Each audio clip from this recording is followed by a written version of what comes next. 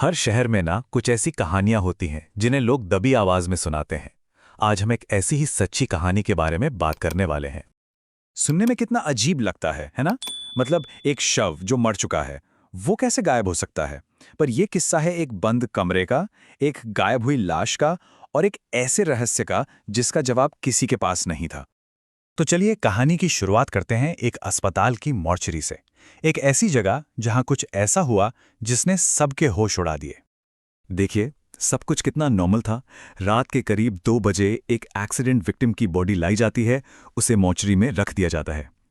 लेकिन अगली सुबह वो बॉडी वहां थी ही नहीं। कमरा बाहर से बंद था। तो फिर शव गया कहां? और यही बात सबसे ज्यादा डरावनी थी। खरोंचें, सोचिए जैसे किसी ने अंदर से बाहर निकलने के लिए दरवाजे को बुरी तरह खरोचा हो। पर एक मुर्दा शरीर भला ऐसा कैसे कर सकता है? अब जब जांच शुरू हुई तो एक ऐसा सबूत हाथ लगा जिस पर यकीन करना लगभग नामुमकिन था, लेकिन उसे कोई झुठला भी नहीं सकता था। ये सवाल तो हर किसी के दिमाग में घूम रहा था। क्या कोई दरवाजा तोड़कर अंदर आया था या फिर कहानी कुछ और ही थी? परेशान होकर डॉक्टरों ने तुरंत सिक्योरिटी कैमरे की रिकॉर्डिंग चेक की और जो उन्होंने देखा उसके लिए वो बिल्कुल भी तैयार नहीं थे। फुटेज में जो दिखा वो किसी के भी रोंगटे खड़े करने के लिए काफी था। दरवाजा अपने आप खुला और वो शव अपने पैरों पर चलकर बाहर आ गया और फिर उसने अपनी आंखें खोली। वार्ड बॉय रमेश की तो हालत ही खराब हो गई थी। वो बस एक ही बात दोहरा रहा था कि उसने ताला लगाया था, पक्का लगाया था। पर कैमरे में जो कैद हुआ था वो उसकी बातों से बिल्कुल अलग था।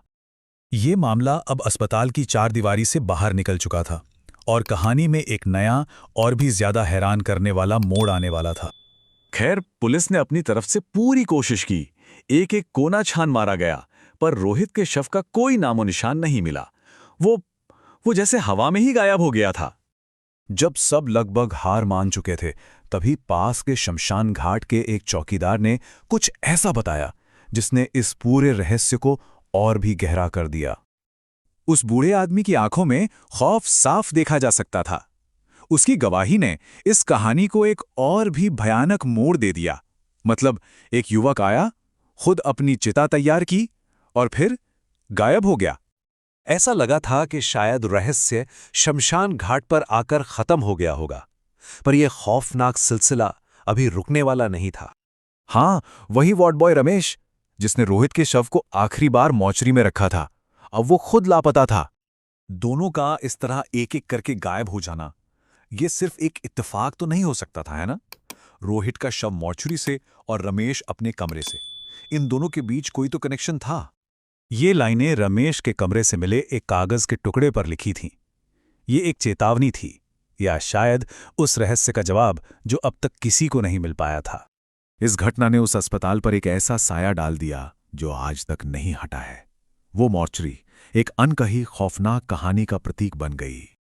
हॉस्पिटल मैनेजमेंट ने उस मॉर्चरी को हमेशा के लिए बंद कर दिया, पर वहां के लोग कहते हैं कि आज भी रात के सन्नाटे में वहां से फ्रीजर के चलने और ताले के खनकने की आवाजें साफ सुनाई देती हैं।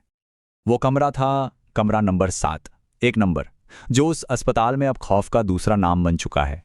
कहते हैं आज भी जब कोई नया कर्मचारी वहां काम करने आता है तो उसे एक ही चेतावनी दी जाती है कि कुछ भी हो जाए, मॉर्चरी के कमरा नंबर 7 में कभी मत जाना, क्योंकि उसका आखिरी ऑक्यूपेंट अब भी लापता है।